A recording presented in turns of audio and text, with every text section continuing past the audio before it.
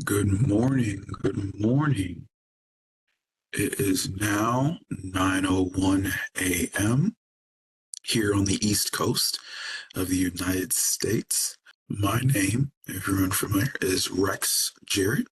I am the Director of Professional Programs here at UMBC. That's the lovely university you see here listed on the first slide, and that's my very short name directly underneath it. I'm truly excited to welcome you all here today. So I want to say a good morning, a good evening, a good afternoon to you wherever you are in the world. And we appreciate you taking the next step of your academic journey here with us at UMBC. I know there's a lot changing. If you're abreast of the news here in the United States in regards to higher education, I want to let you know that here at UMBC, we take great pride in being a globally connected university, and we are committed to fostering an environment of innovation and access and inclusion. So, when you're considering where you want to be in the United States, we're going to make sure that we offer you a great place to be when it comes to that. Talking about why UMBC.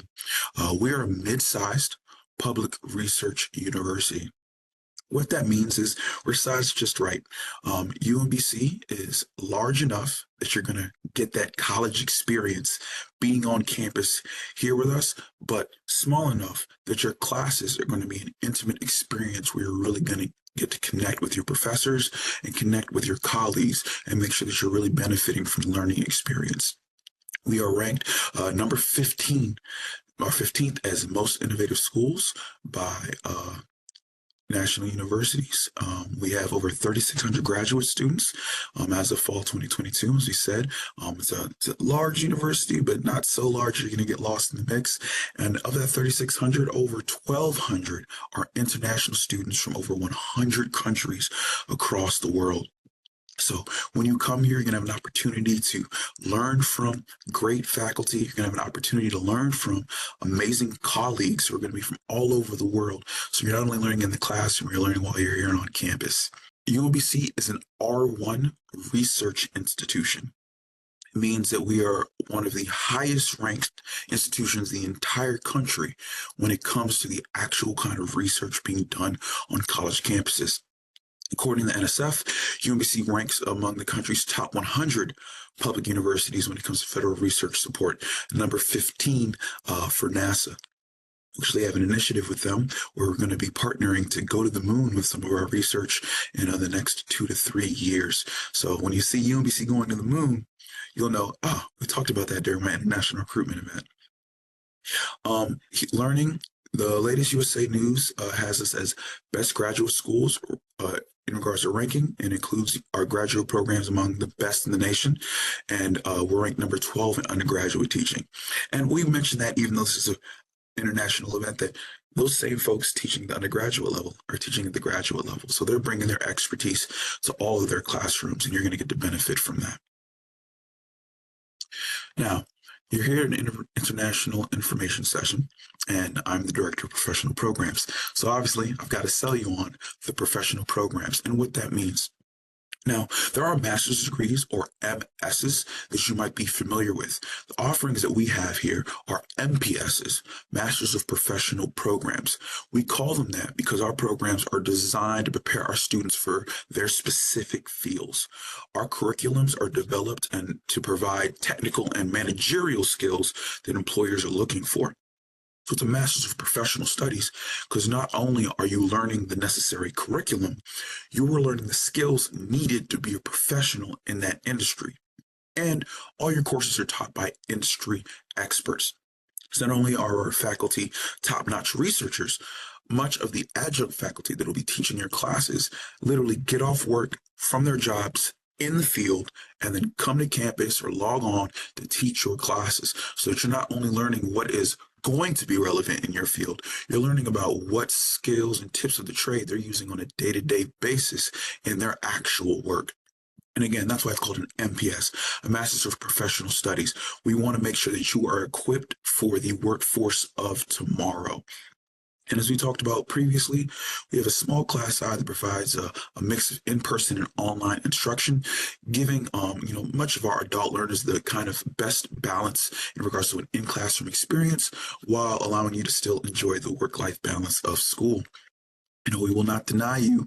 Graduate programs are not easy. They're not supposed to be easy. You will be challenged when you're here, but we want to make sure that the modicum in which you're receiving the instruction is in a way that you can still enjoy your time on campus, especially if you're joining us from the other side of the world, but still benefiting from all that you are learning. Now, at a glance at our rankings, I shared some numbers here and there earlier in the presentation. Just wanted to give you some time to sit with some of those rankings and what they mean. So first year, Times Higher Education is recognized UMBC as one of the top universities in the US and the world, as well as a global leader in social and economic impact. Next, U.S. World News reports best college ranking, names UMBC a leading U.S. university, number 12, top university for undergraduate teaching, among other accolades. And then UMBC is a doctoral university with a very high research ranking. Again, that R1 ranking that dictates that we do the top 1% of research in the entire country. And to contextualize that, there's over 3,000 universities in the United States of America, and we're in the top 1% of that. So that means there are almost 2,900, something universities. We are doing more and more robust research then, and you're going to be a part of a community like that.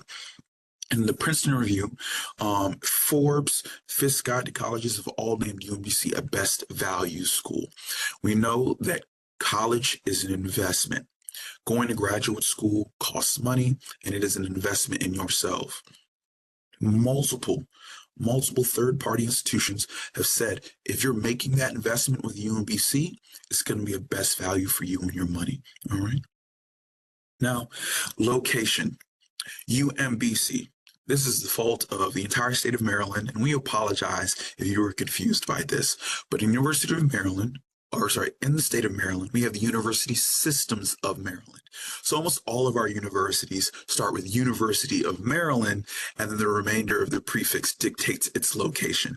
So if you confuse us with any other institutions, that might be a little bit on us, but I'm going to take some time to go through our name and our location so you know and understand what that means.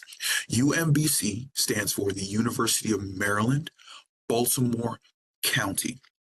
We are right outside the city of Baltimore in the state of Maryland on the East Coast of the United States. Baltimore is the largest city in the state of Maryland, and our nation's capital, Washington, D.C., is actually carved out of a part of the state of Maryland. So we're very close to the United States capital, which is Washington, D.C., and we're even closer to the Maryland state's largest city, Baltimore. But we are in the county. We're in the adjacent area to the city. So you'll see here in this map, right there, we've got Baltimore City. It's kind of got a nice little rectangle shape going on. And to that southwest location, you'll see a red star. That is UMBC's Catonsville campus location. It's where I and the rest of my team are. But we also have a secondary campus at our Rockville location, which is in Montgomery County in the state of Maryland.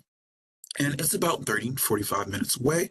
And this is University of Maryland, Baltimore County at the shared universities at Shady Grove. So you'll see that second red star even further southwest that says Rockville.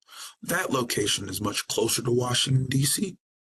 And it kind of avoids us an ability to balance having the space, having the classrooms that we need to facilitate our courses and make sure that you're having an awesome student experience. But having the secondary campus also puts us in an area to make sure that we are intertwined with the workforce or the job force that's available to our students in regards to our federal government or any of those partnering organizations that may have contracts with them and things of that nature.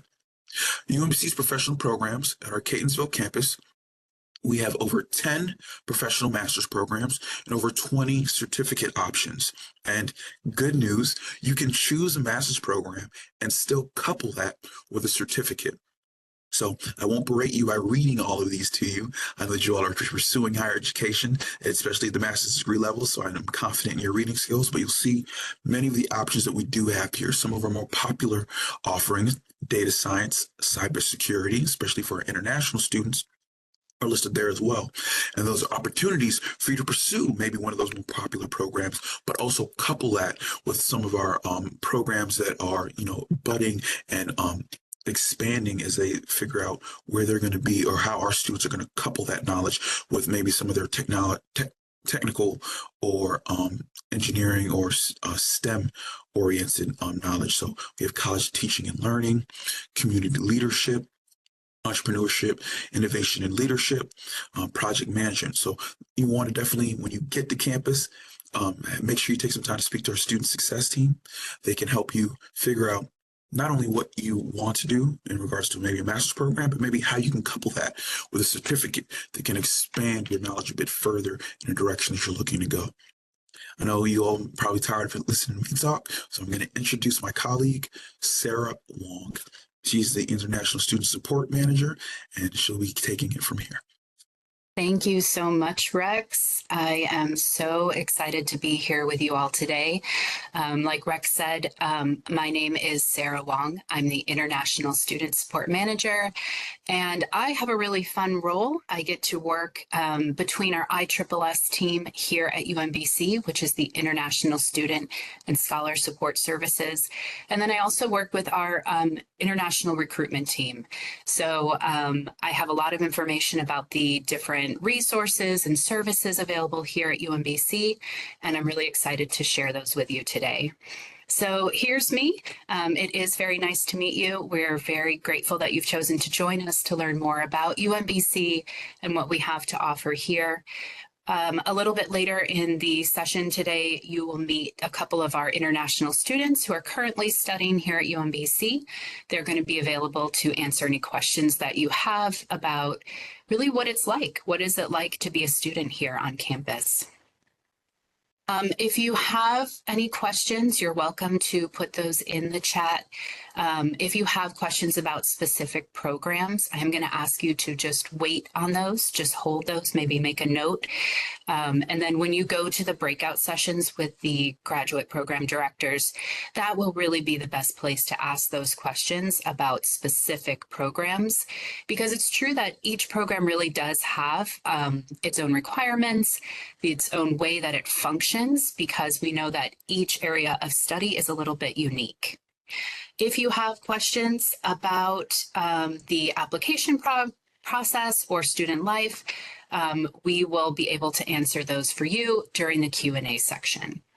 So Rex shared a lot of really great information about UMBC. I'm probably going to repeat a couple of things, but we do want to make sure that you have a great understanding of who we are and some really core things that are foundational to UMBC.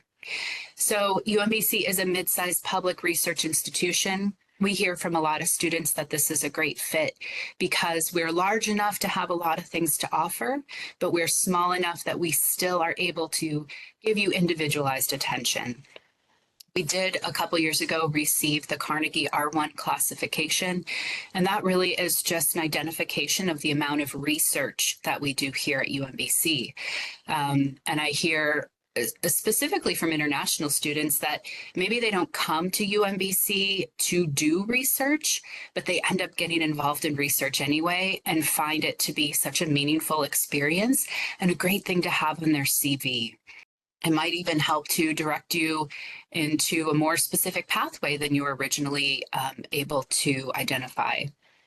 We are a minority serving institution. That means that we have students coming from many different backgrounds, and it's something that we are very proud of.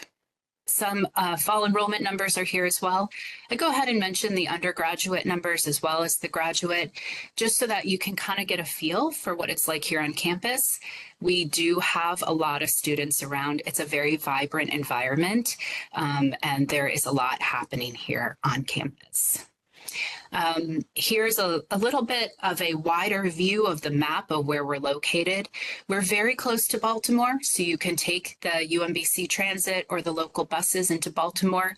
There's a great music scene there. We have an aquarium. It's fantastic. If you want to go a little bit further to Washington, D.C. to check out the monuments or the free museums, you can do that. I try to encourage our students to go to Philadelphia or up into Pennsylvania to see the Amish country. And just about every student I know at some point takes the long haul bus up to New York City because New York City is so fun. But this is the beauty of where we're located, right? Is we have all of these places accessible to us. So if there are different companies you're wanting to connect with or different places you're wanting to vacation, a lot of those things are accessible. Before I worked at UMBC, I had already lived in this area and chosen to live here because of this geographic location and how convenient it is. Here's some fast facts I can share with you. Total students at 13,915. Obviously, this changes semester to semester. 2,500 plus international students. Graduate programs, we have many, many graduate programs. This number, 96%, is one we're particularly proud of. These are students who graduated and are in jobs related to their career goals. And I'll talk more about our fabulous Career Center later, but that is something that we are very proud of. In terms of your life here on campus, we've kind of talked about where you can go geographically nearby, but in terms of your life here on campus, we do have a state-of-the-art fitness center that I encourage everyone to use. The pools, if you're into badminton, they set up the badminton nets. If you want to get into cardio cycling, you can do that too. So many ways to take care of your body as you're working your mind so hard in your classes. We also have on-campus healthcare. So there's a doctor here on campus, counseling services that are free, as well as spiritual well-being spaces. So if you have spiritual practices, we have physical spaces to support you with that and staff to help you as well. Grocery stores, restaurants, shopping. I always like to highlight the fact that we do have, not only here on campus, but in our community, a large international population. So if you're looking for an Indian grocery store, Korean grocery store, an African grocery store, we have those things here. So that is something that our international population absolutely takes advantage of and benefits from. We have a free transit system. So if you are a student with your campus ID, you can ride our free shuttle bus. This is really helpful for housing as well as for shopping. And then our Career Center and our other supports, including our Writing Center, study spaces, academic support. We really want to make sure we take care of you as a whole student right here on campus. So in terms of the admissions process, this is a topic that you really want to dive into with your GPD when you talk to them because the requirements vary from program to program. But I'm going to share just a few broad things so that you go into that conversation with some information. So there are MS degrees and MPS degrees.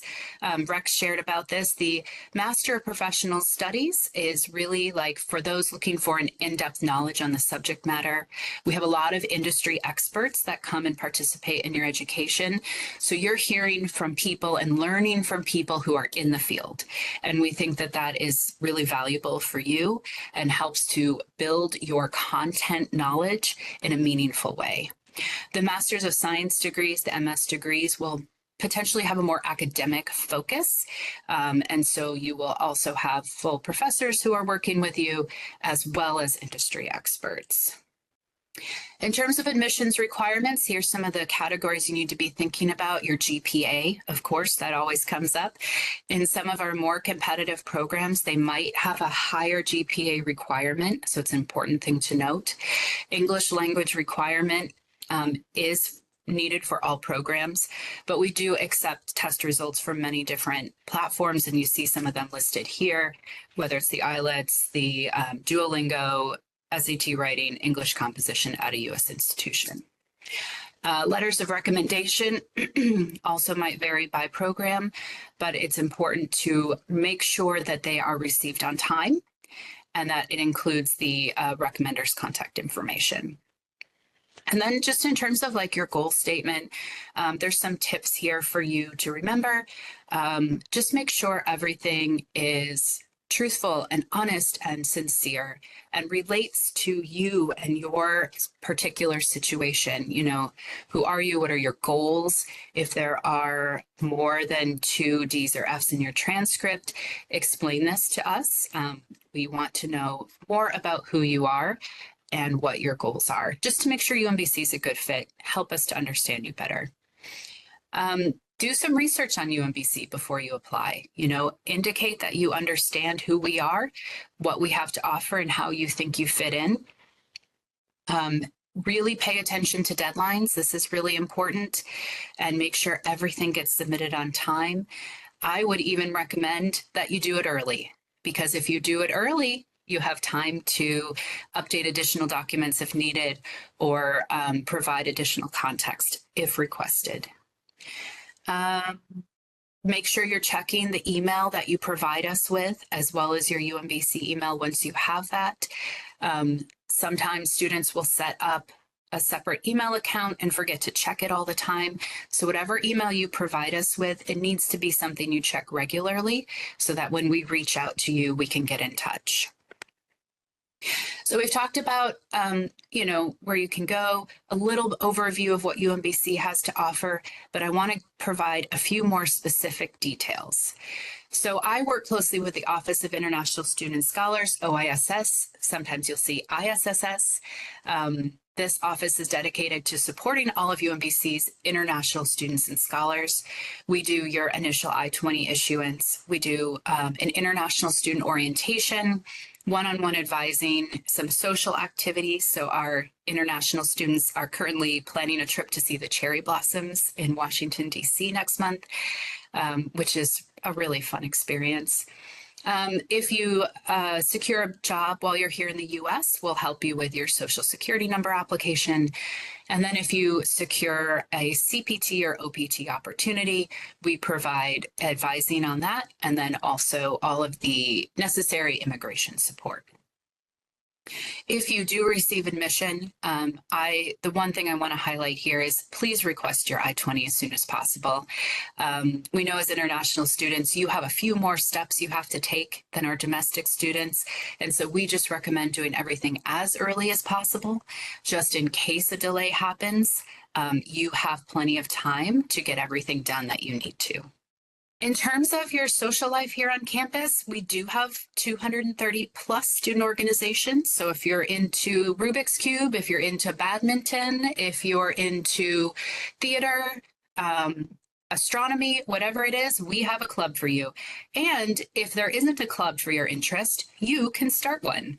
I like to highlight that for people. So bring new people into your interest as well. Make the most of your time here. When you study abroad, obviously you want to invest in your academics, but you are a whole person. And so we want to make sure you have opportunities for social engagement as well, and recreation. So to that end, we also have a ton of activities going on, movie nights, craft nights. We have our homecoming and the carnival every year.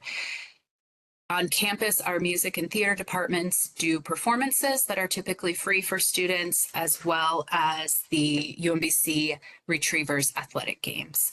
So definitely a lot of ways for you to relax, for you to grow in a cultured way in your time here while you're studying. We have our annual welcome week when you first arrive on campus. We will introduce you to all of the offices, all of the student organizations, and the different opportunities that you have. Another way to build community is to connect with our current international students on TAP. And I will share a slide about that later, but today even, you could hop on TAP and set up an account and just chat with our current international students, ask them what it's like, ask them what do they like to do for fun, what opportunities have they found. And the students who are on TAP are our global ambassadors.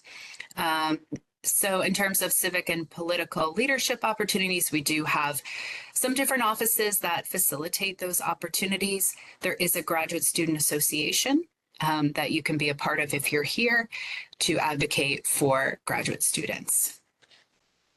So a few supports that we have in place on campus.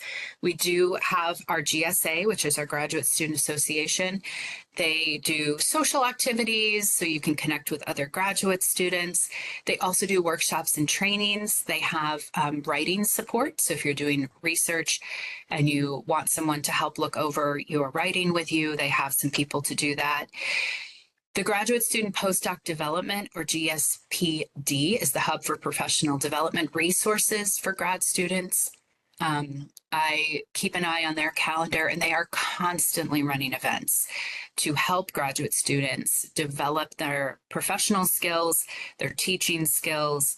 It's a great place to get involved as a grad student. The AOK Library is the Alberta Kuhn Library, and that is our library here on campus.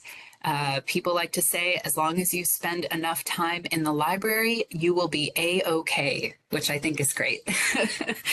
We have a librarian who specifically works with graduate students. So if you need support, finding resources, if you want to know what's available, you can go by there, you can book an appointment with her, and she is more than happy to help you find what you need. They also have some on-demand workshops on their website that you can check out if you would like to know some best practices or tips for writing and research. They are available to help you. GEARS is a really cool thing. It's our Graduate Experiences, Achievements, and Research Symposium. So this is an annual event where graduate students can showcase their research. We've talked about research a lot, and we think it's important. We think it's meaningful. So that might be something that you want to participate in, or even just attend. Just see what the students are doing here on campus. It's really cool to see. People ask us a lot about accommodations. Where can I live when I go to UMBC? So we do have some on-campus housing for graduate students. That's the Walker Avenue Apartments. They have their own website and accept applications directly. A lot of our students do choose to live off campus in the community. This is facilitated largely because of our awesome transit system. I mentioned this before, but we do have a free transit system for students. So as long as you choose an apartment that is near one of those bus stops, you have the ability to get to and from campus from your housing for free. And we have our student affairs unit has some resources to help you understand the housing options that are available. We're actually going to be running a webinar in June for admitted students to bring in that team and help make sure that you have the resources you need to find good housing in the area. Some special considerations. Oh, this picture is great. This is our library that I was just talking about in the background behind these students. Some special considerations I like to mention for international students. As a grad student, most of your classes are in the evening. And we like to highlight this because this really does open up your days for recreation, for cultural experiences, for exploring the surrounding area. If you secure a internship or a work opportunity through CPT, you have some daytime hours available for that. Full-time enrollment is something we like to highlight. As an international student, a part of your F1 status is that you do have to be enrolled full-time. For grad students, this is a minimum of 9 credit hours per semester. So that's a really important thing to keep in mind. You can't really spread out your degree and just go part-time, for 3 or 4 years. You do have to be enrolled full-time. And that's not a UMBC rule. That is an immigration rule. That's a part of your F1 status, but it keeps you focused, and we're here to support you and make sure that your schedule aligns with that requirement. And then the third thing that is special consideration for international students is act early. Every year I have a couple students who waited too long, and they're rushing and rushing, trying to get everything taken care of. And the truth is, we don't always know when the visa appointments are going to be released. We don't always know, what the flight schedule is going to be. And so the earlier you are preparing for these things, the easier it's going to be for you. So I like to mention that as well. Employment options. Our Career Center is incredible. So I'm going to talk about that. I know I keep saying it, but it's very true. Here's some employment options for all F1 students. The first thing we talk about is on-campus employment. So when you arrive at UMBC, you're eligible for on-campus employment. There is no authorization required. You can work part-time hours during the semester. The Career Center has a platform called Handshake where these opportunities are listed. Honestly, the positions are quite competitive, so you do need to kind of be on it if you want a position, but that's something available to you. In terms of off-campus work, CPT, if you've heard of that, is curricular practical training. This is a work authorization that you can get while you are still a student to work part-time during the semesters. The ISSS office does have to authorize this for you and note it on your I-20. We do workshops about CPT once you're a student here to help you understand that process. And then there's OPT and STEM OPT, and ISSS will help you with that as well. That's work authorization for after you've graduated. OPT is a 1-year authorization, and STEM OPT is an additional 2.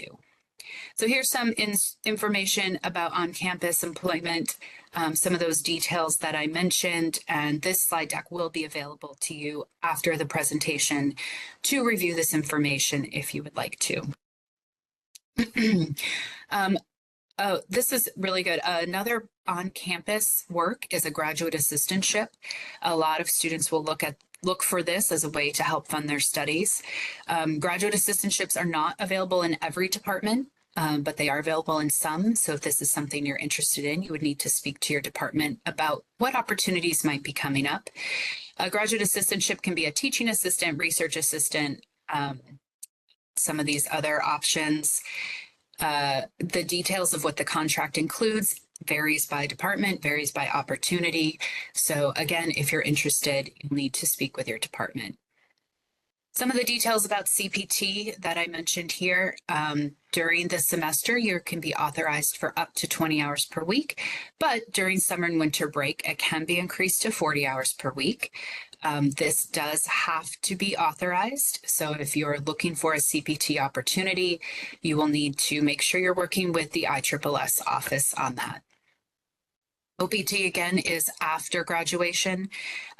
You can work a maximum of 12 months. There is some flexibility in terms of leaving and starting. Again, we do a workshop. We'll get you all the details. Our office will work side by side with you if you pursue OPT. And then STEM has a lot of the same rules as regular OPT. It's a 2-year extension of that OPT opportunity. If you qualify for STEM OPT, it depends on your major. And the government approves certain majors to be allowed to do STEM OPT. So there is a list that is available from the US government, and we, of course, align with that. In terms of career outcomes, this is a question we get a lot.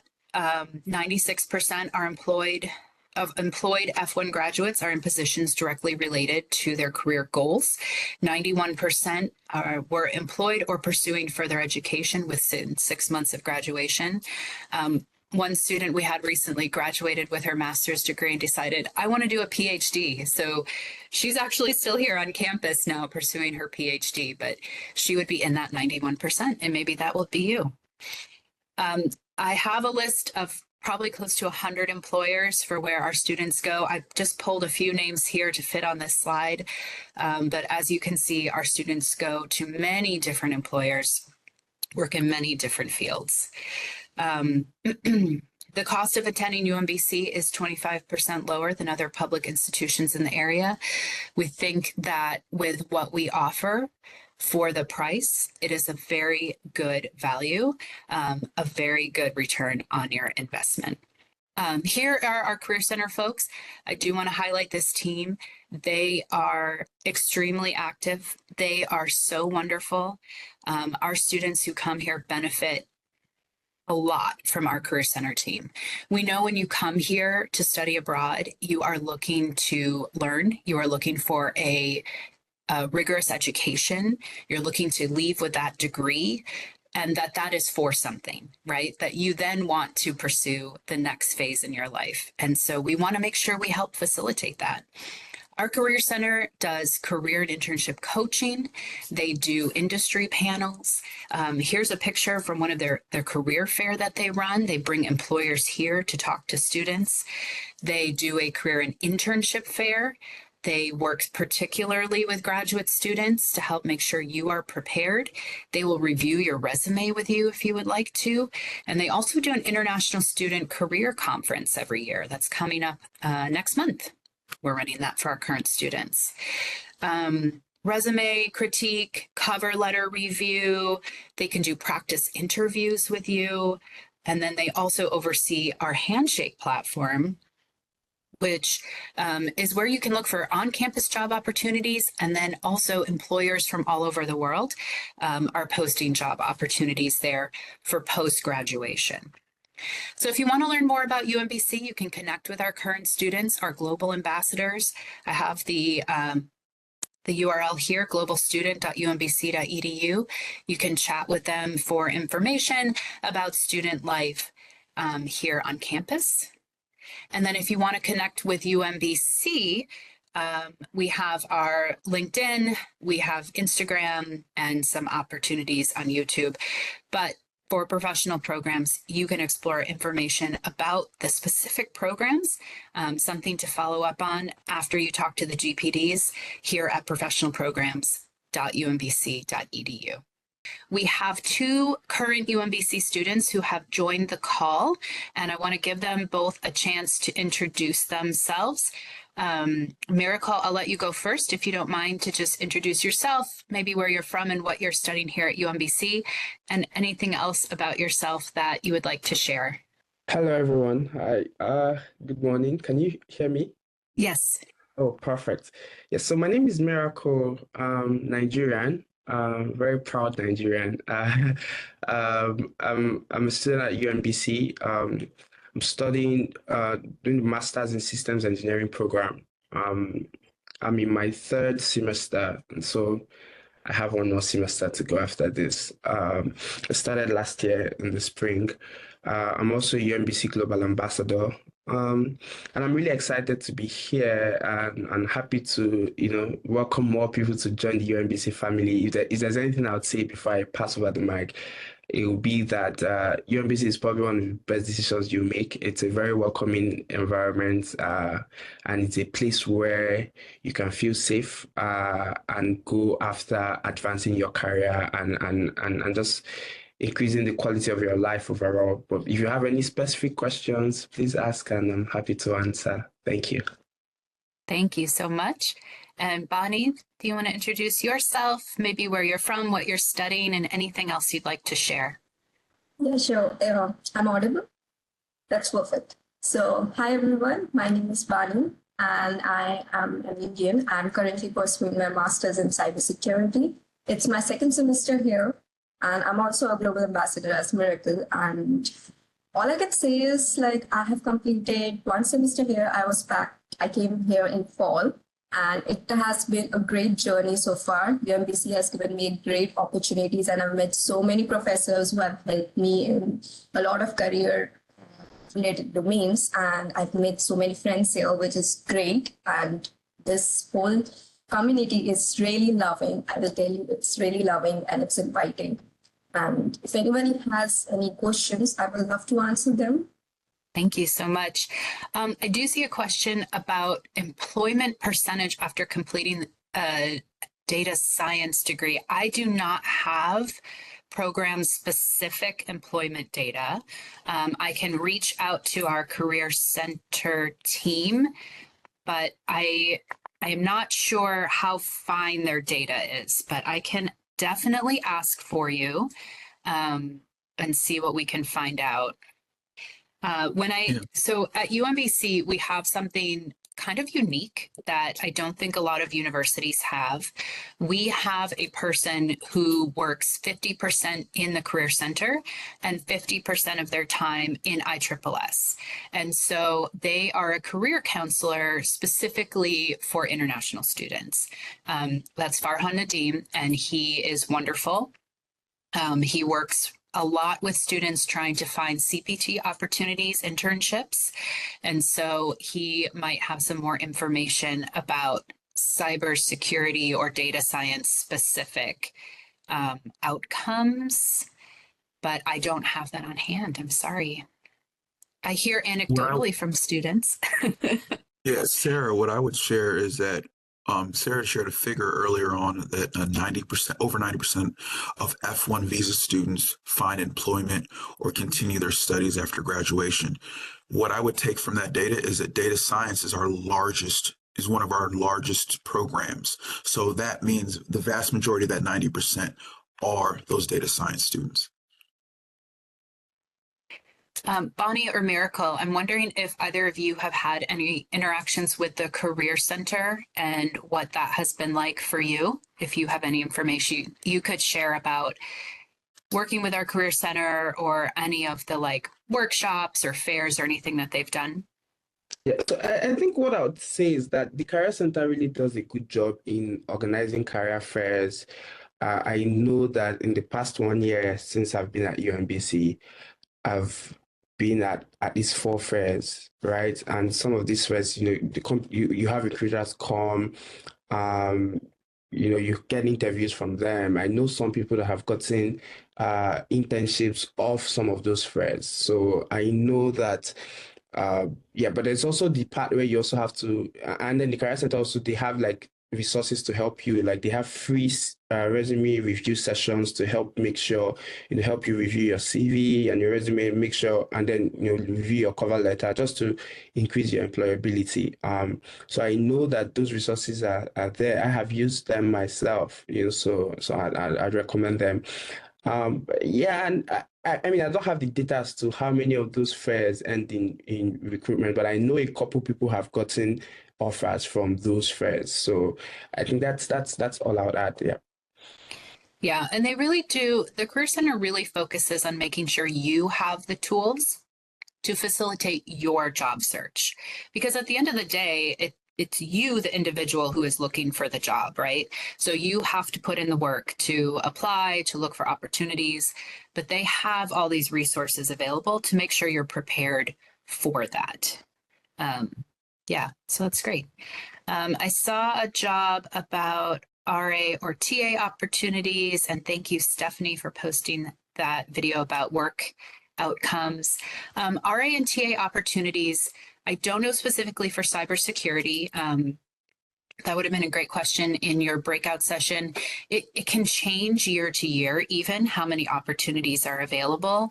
It often depends on how many classes are running, what types of research is happening, who has the need for an RA or a TA.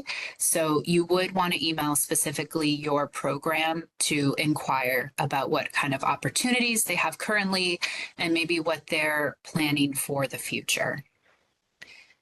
We do get that question a lot. Those are really great opportunities if you can find them. I will say also, sometimes there are opportunities outside of your department, but there isn't a place where those are centrally advertised. So it is about inquiring with your department as a starting point. We also do find students who come to campus without an RA or a TA and then maybe find one semester or a year in. Once they have built relationships with their professors, that they'll find out about an opportunity, and you absolutely can get an RA or a TA for your second year or even after your first semester. We definitely see that happen a lot. I had a student working for me at one point, and she said, "Oh, sorry, I have to stop working for you. I actually got this TA position, and that's better for my career, so I'd like to do that instead." I said, "That's great. I'm so happy to hear that." So we definitely see that happening. Let's shift gears a little bit. Miracle and Bonnie, because you have this unique perspective as a student, I was wondering if you could tell me maybe something you have been engaged with at the RAC, like in terms of recreation, or like a student organization or club that you have joined, because our staff members here are really good at sharing information about admissions and curriculum, but maybe you could share something that has been like a student experience that maybe we don't know about. Yeah, I can go for that first. So RAC, which is our recreational center at UMBC, it is one of the most happening place other than the commons at UMBC. And personally, I really liked there's this one room where weekly Pilates and yoga sessions are always happening, and you can always drop by, check out the timings, and join the group sessions there to have your meditation, yogas, or Pilates classes done with other people on campus who are students also. And it's a great way to interact with other people. Other than that, we also have a good internal team for badminton, basketball, volleyball, and students are free to join as whatever sports they are interested in. And they're always welcoming. You can go for the tryouts, and usually the tryouts happen in the start of fall or the spring, and you all can apply at that point of time. I guess I can take it further. Okay, thank you, Bani. So I think one of the things I'd say is that, in addition to advancing your career, one of the very important things that I'd advise anyone to take advantage of is also the opportunity to build community and friendships, right, on campus, right? So for me, of course, I play soccer. I love soccer. So I've played soccer twice. If I even broke my leg playing soccer. um, so uh, so if there's any sports you play, most likely there's a group in UMBC that play that, right? So we have very good recreational facilities. If you play soccer, you join the intramural team or you join the outdoor. In fact, some of my good friends today, I met them playing soccer, and maybe you're like me, because I remember at first I was like, I don't know anybody. How am I going to just join a random team? And if you go on my UMBC, you see different teams. Like you see other people saying, "Hey, we're trying to form a team here." Like you don't need to know anybody. And when you guys meet, you guys are able to collaborate. Like there's no shyness. Like some of my friends, I remember I met them for the first time. I went on my UMBC. I joined a random soccer group, and we're friends till today. And you would not believe that we met over a soccer game, right? So, and that's also one of the things in UMBC. It's the fact that nobody ever makes you feel out of place, right? So you just join a team and you're welcomed instantly. There are also social groups that you can join. Those are also very important. For example, I'm in the Nigerian graduate student group. I'm also in the African graduate student group. I'm also in I forget their name now. I'm in the graduate Christian fellowship group. I'm in quite a couple, right? And every time you join and you go for these events, it just reinforces the sense of community, and it reinforces why you are here, right? It's not just about your academics and studies, right? You meet people, you hear different stories, and you're also able to collaborate with others, right? So, and also very important is that you even get some opportunities, some career opportunities there, right? You hear people say, oh, there's an internship here, there's an application here, things that you may not see online or anything like that. So, but in those small, closely knit communities, you can find that. I remember last semester we had a study group. It was from one of my associations, right? So you would even also find the kind of communities to help you in your academics as well. And it's so easy. If you go to my UMBC and you go to groups, we have a plethora of groups. Like if you love chess, even hiking, if you're hiking, think about something that's not common. There's a group there for it, right? Like there's a group there for it, and yeah, you'd find something that you can relate with. Thank you. Yeah, we have a tabletop role-playing group. So if you're into that, you can join that group. But there are also pre-professional groups. There are academic groups as well. So something for everyone, definitely. I saw a question about, in case of a medical emergency, are there facilities available? So as a part of your F1 status, you're required to have medical insurance. And so here at UMBC, all of our international students are automatically enrolled into the university's health insurance policy, the student health insurance policy. And so as a part of that, you have access to Retriever Integrated Health, which is our on-campus healthcare. This is non-emergency healthcare, but they do things like immunizations, routine checkups, basic prescriptions, things like that. So if you need a physical, if you need an examination for an illness, you can book an appointment with the healthcare provider on campus.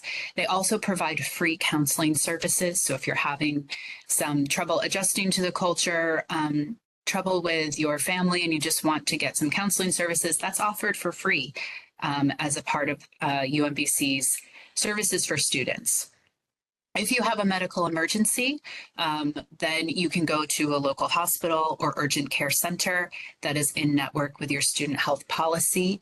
And there are some co-pays typically, but because you have that student health care policy, you have medical coverage for any emergencies that you have. We do recommend that you read that policy carefully so you know the best places to go for care. But that is definitely something that is required as a part of your F1 status and also UMBC policy. So that is definitely taken care of. Sarah, I'd like to jump in really quick. I have a couple of questions that are coming through. I do want to first say that our A&O, which is admissions and operations, several of our team, they are answering some of those academic and admission types of questions in the chat box as quickly as they can. So just know that they are doing so. But I got a couple of campus life questions, and I think these are great. And I hope Miracle and Bonnie can help us with this. I really like this question, so I'd like you to answer it, you, Sarah, from an administrative position, but I'd also like to hear from our students of their actual personal testimony of this. And the question that I got is, what do I do when I first arrived in the US/Maryland? I love that question. Yes. So I want to go back one step before that and say, before you get on a plane, you want to make sure you have your plans in place. You want to know where you're going to sleep when you get here, right? So before you come, you want to make sure you have a plan in place, kind of know where you're going to stay. A lot of our international students will maybe have temporary housing, a hotel or an Airbnb while they get a lease set up, or maybe you're going to live on campus and you have that arranged ahead of time. Make sure that your arrival is smooth because you made plans. So plan ahead.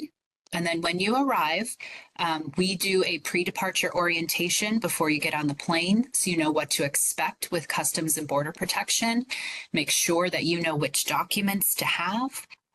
So then when you arrive, you go right through, you get your luggage, you go to your housing, and then you just start orienting to campus and to the area. So I recommend coming to campus pretty early and walking around, checking out the buildings, checking out the different places where you can eat, where you can hang out.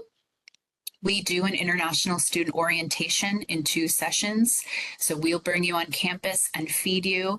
Sometimes our president comes and our provost always comes to give a welcome.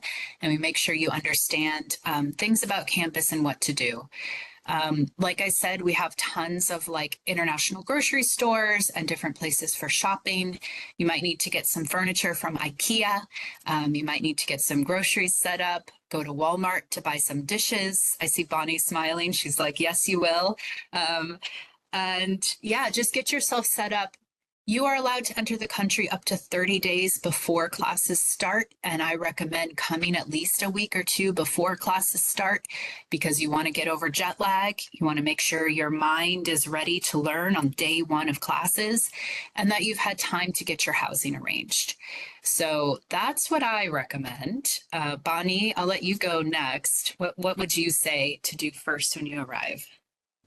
Yes, sure. So you are correct that those are the main domains that we focus upon on landing in a new country where we are not actually aware of what all the policies are, what rules are being followed here.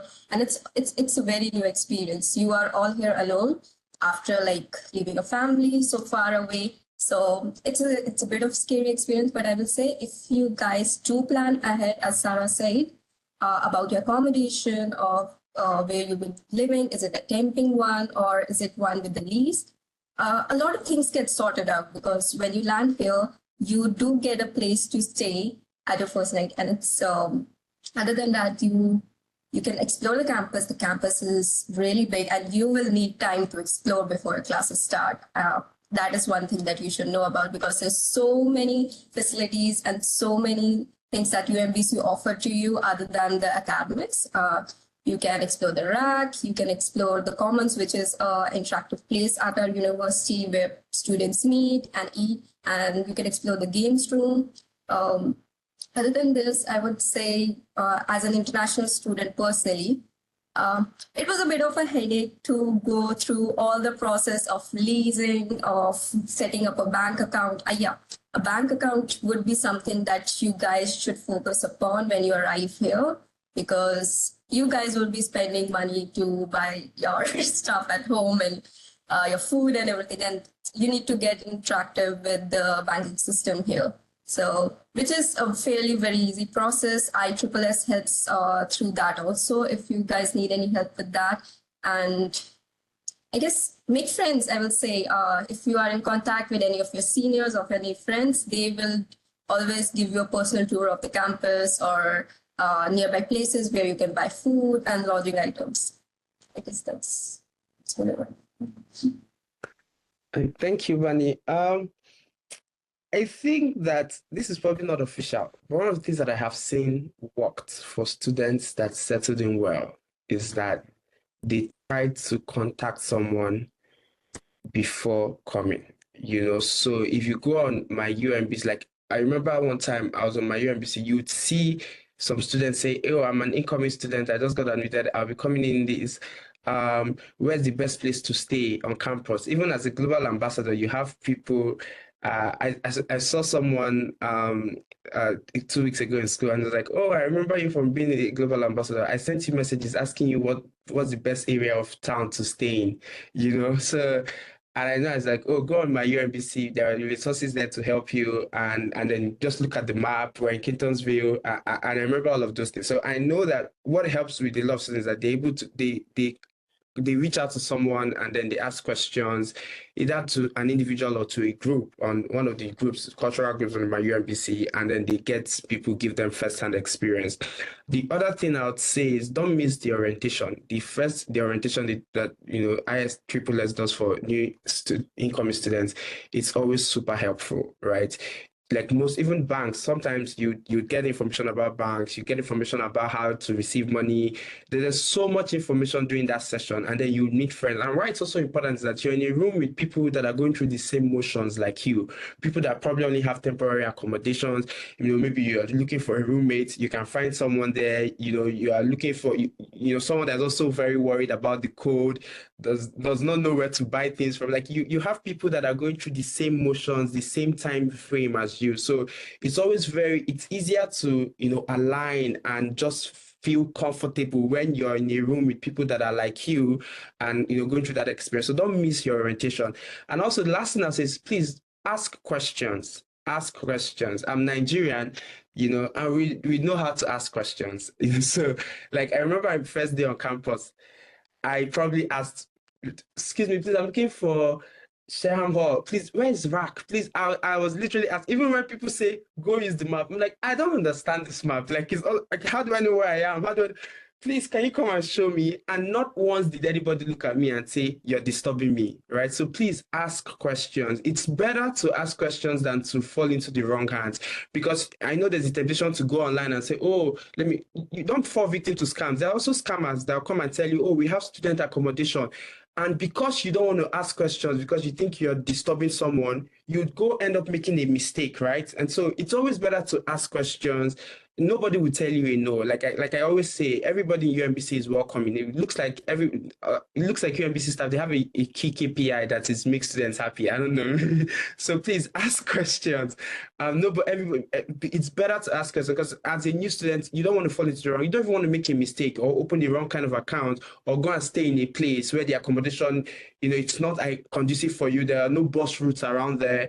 You don't want to make those mistakes. So please always ask questions. And if someone does not have the answer, I'm sure they will direct you to the right resource where you can find answers. And yeah, that's it. Thank you. Yeah, absolutely. I don't mind any question coming in, because if it's not the area that I oversee, that I know the answer to, I know where to send you. So sometimes students will ask me, "How do I pay my bill?" I say, "Oh, I don't oversee billing, but I know who does." and I can send you the right direction. So, and everyone on campus, I feel like, is the same. If you reach out to OPP Student Success, they will do the same thing. They will help you find the support you need. They will help you find the resource you need so that you can be successful. Everyone who works at UMBC wants our students to be successful. And so you will find that everyone is willing to help you. I saw a question from Christopher about a WhatsApp community for admitted students. We don't have a WhatsApp community, but what we do is all admitted students are sent a link to join our TAP community on Buzz. And we set that up specifically so that all of the students who are admitted for fall 25 have a platform that is safe and regulated where they can chat with each other.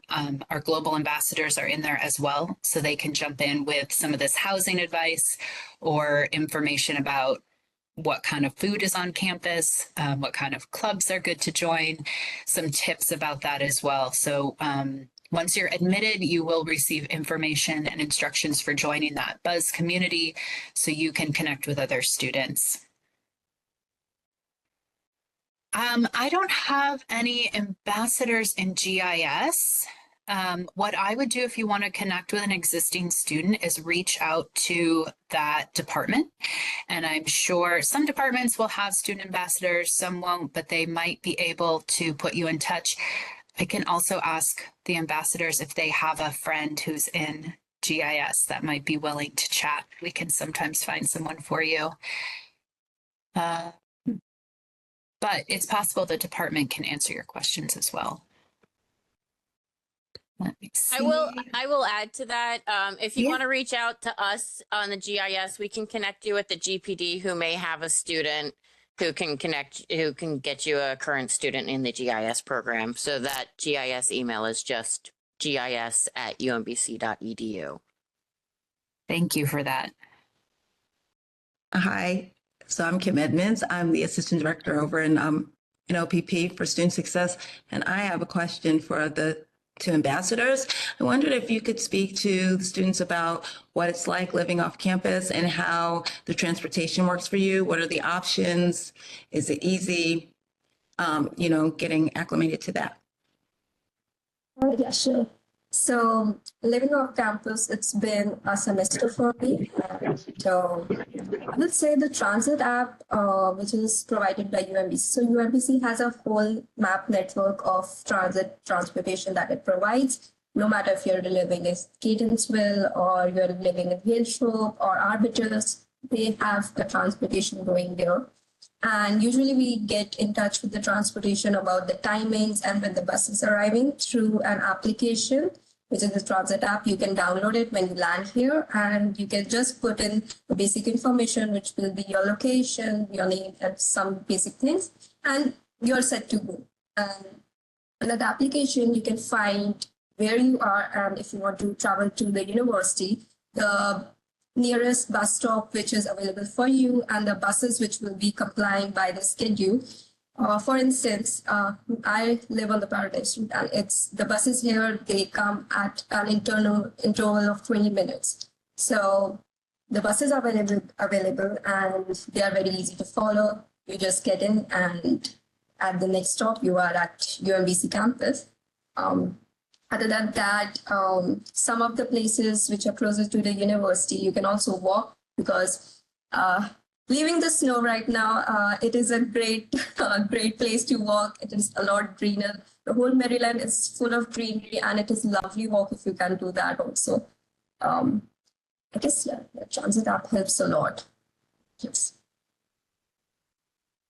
I think one more thing I'd add, because this also surprises me, is that you can actually also call them, right? If you are stuck anywhere within Maryland, we have a phone number for the transit department, and you can call, and someone is going to walk you through how to find the right bus to get to where you need to get to.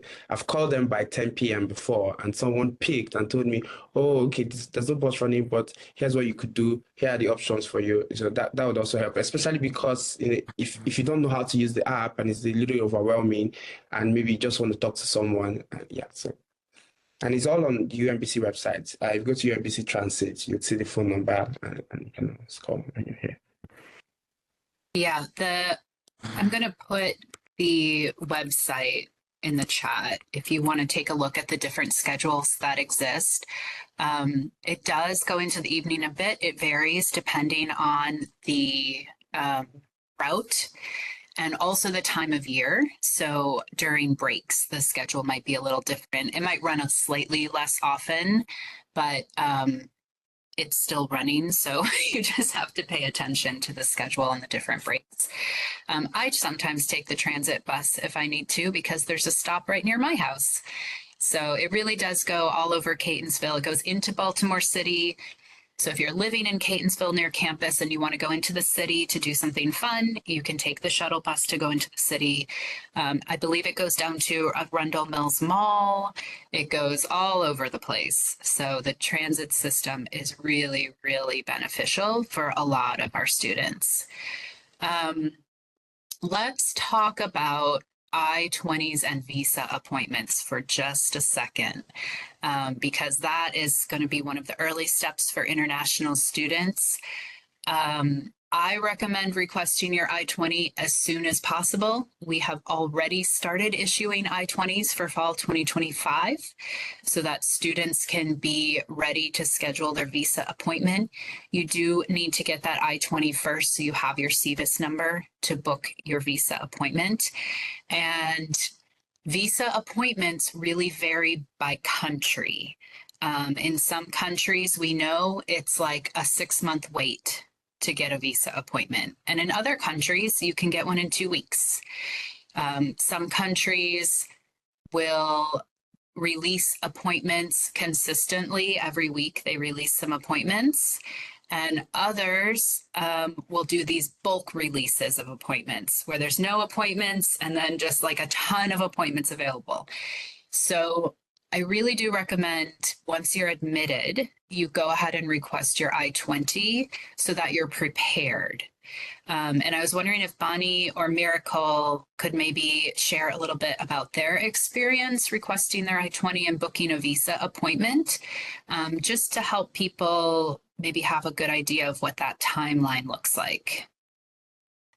I mean, Nigeria, we're very notorious.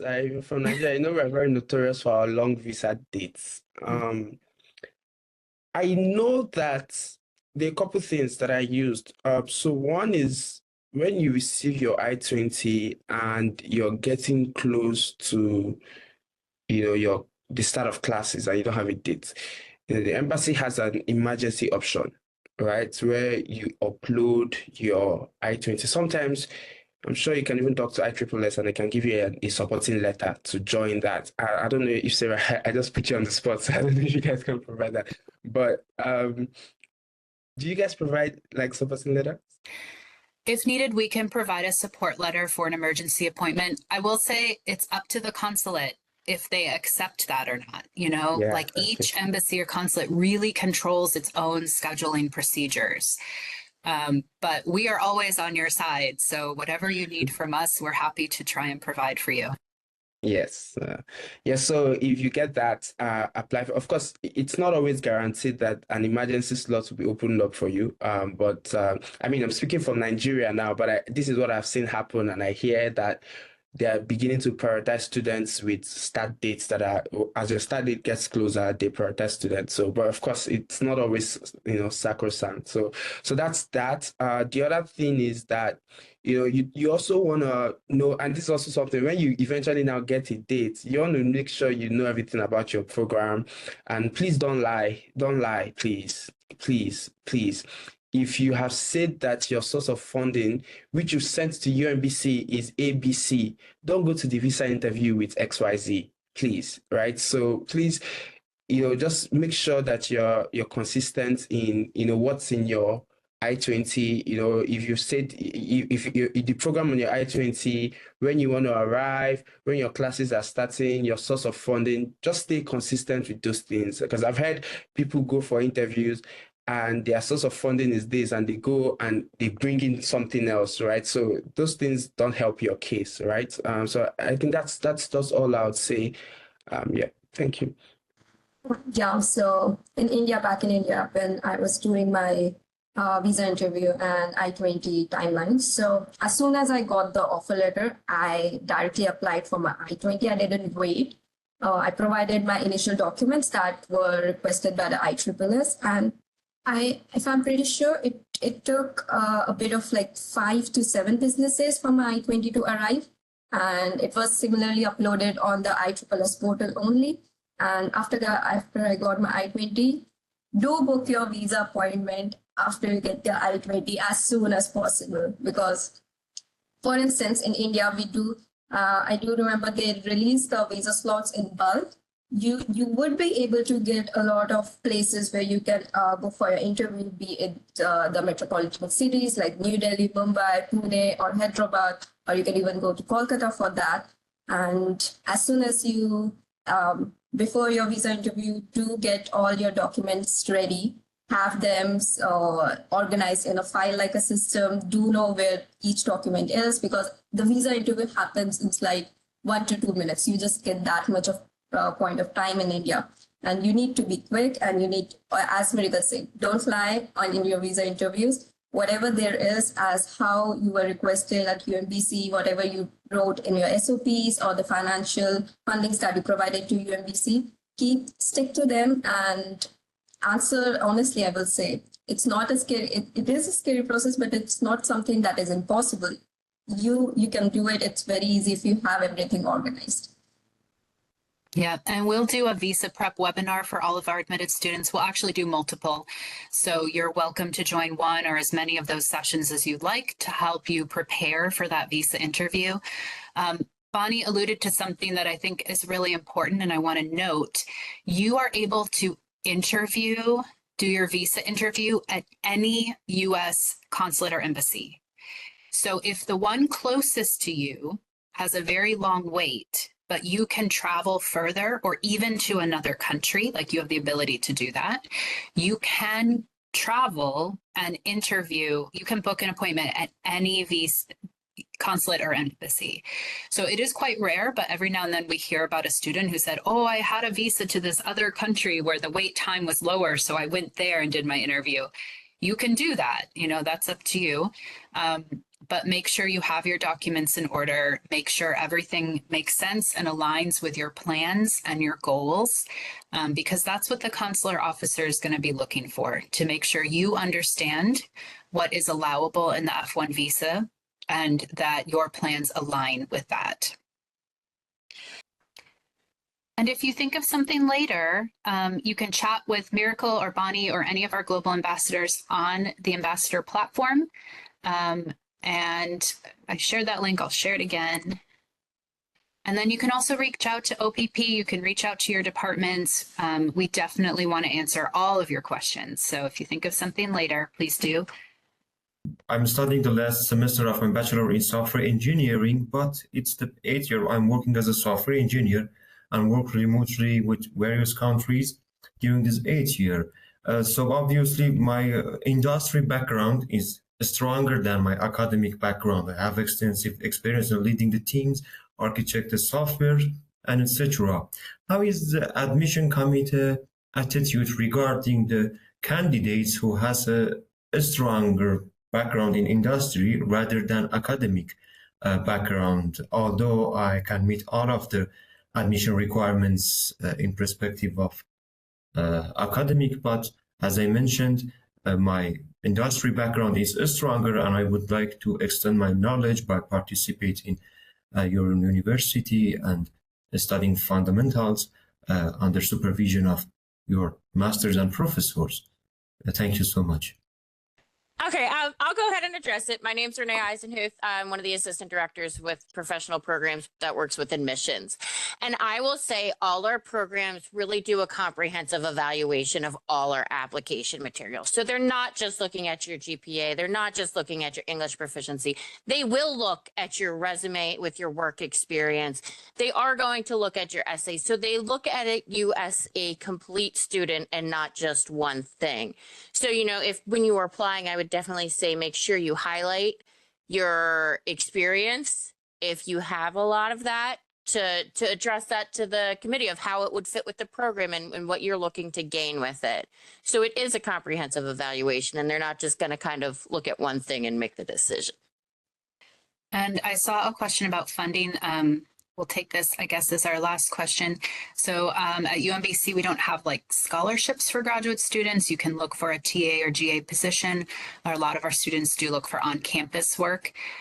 Some people have found external scholarships or opportunities within their country from their government or other organizations who are looking to sponsor students to pursue certain degrees. So you can look for those opportunities as well.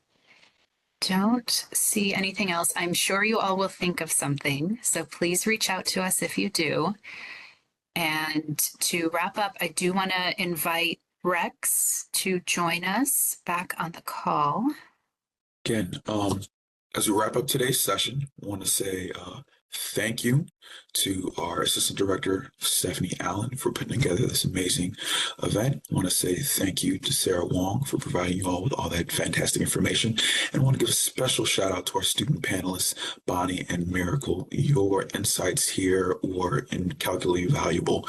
I'm sure all of the students are clamoring to get an opportunity to speak further with you. So I want to invite all of the participants today to make sure you're hopping on that TAP app and connecting with our student panelists and taking the advice of our student panelists to reach out to student success, to admissions, start asking your questions so we can help you along in your journey to joining us here at UMBC. So for everyone who took the time out of their day, afternoon, or evening to be here with us, thank you. We look forward to potentially having you on campus with us. We know a lot of you are probably very tired. We want to get you back to the rest of your days. Wish you safe travels whenever you do make your way to UMBC. Wishing you best of luck and an awesome rest of your morning, afternoon, evening, day.